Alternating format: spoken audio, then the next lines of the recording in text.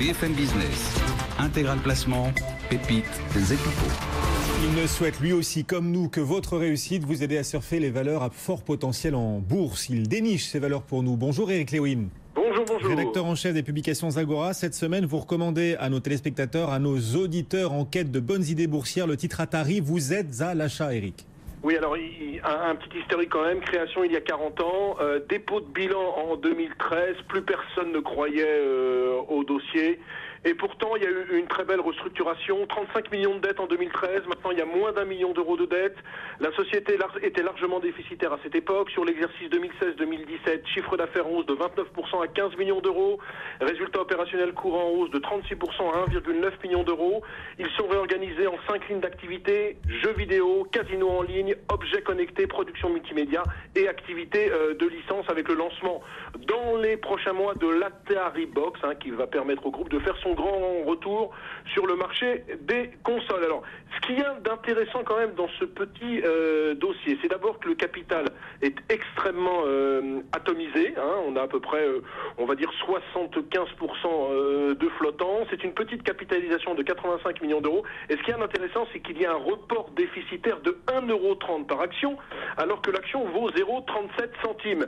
Ça veut dire quoi? Ça veut dire que si un grand groupe décidait d'acheter Atari, ce qui est toujours possible, ils auraient une réduction d'impôt de l'ordre de 300 millions d'euros, ce qui n'est pas mal. En plus, je disais, le président du groupe, Frédéric Chenet, est un ancien de la Banque Lazare, donc c'est pas, si vous voulez, un pur spécialiste des jeux vidéo. Je ne suis pas sûr qu'il soit là pour une vingtaine d'années dans le groupe, donc la société est vraiment opéable. Ensuite, il y a quand même une très belle amélioration des comptes, un redressement de la situation financière, et puis il y a quand même des fonds qui s'intéressent au dossier.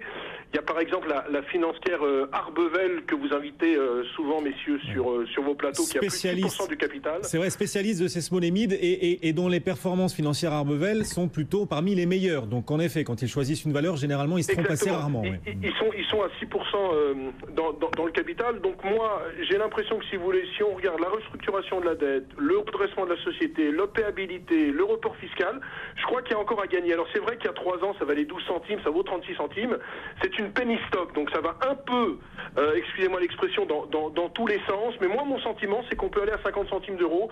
Et très franchement, je pense que si l'Atari Box marche, c'est pas joué encore, bien entendu, mais si ça marche, je pense que ça pourrait vraiment intéresser des prédateurs. Donc je crois qu'il y a 2 aspects. Il faut jouer le redressement des comptes et il faut jouer, je sais pas si le terme est exact, l'opéabilité de la société. Donc Atari, 0,36 centimes d'euros, on peut viser tranquillement 50 centimes d'euros. Un dernier mot quand même, messieurs, il faut pas mettre 15% de son portefeuille sur une telle valeur. C'est une valeur qui doit représenter 2 à 3% du portefeuille, parce qu'on est quand même dans le monde de l'ultra spéculatif, mais il faut peut-être tenter ce genre de coup de temps en temps. Oui, achat spéculatif. Donc pour vous sur Atari, vous parliez des perspectives de développement prometteuses, du redressement des bénéfices, du chiffre d'affaires qui se développe, qui avance bien.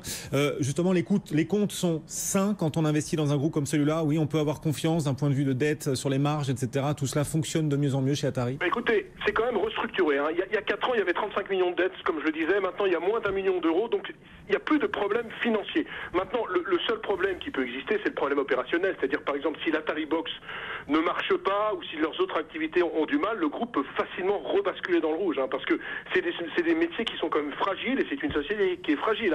On n'est pas comme dans Focus Home Interactive, on n'est pas comme dans Ubisoft.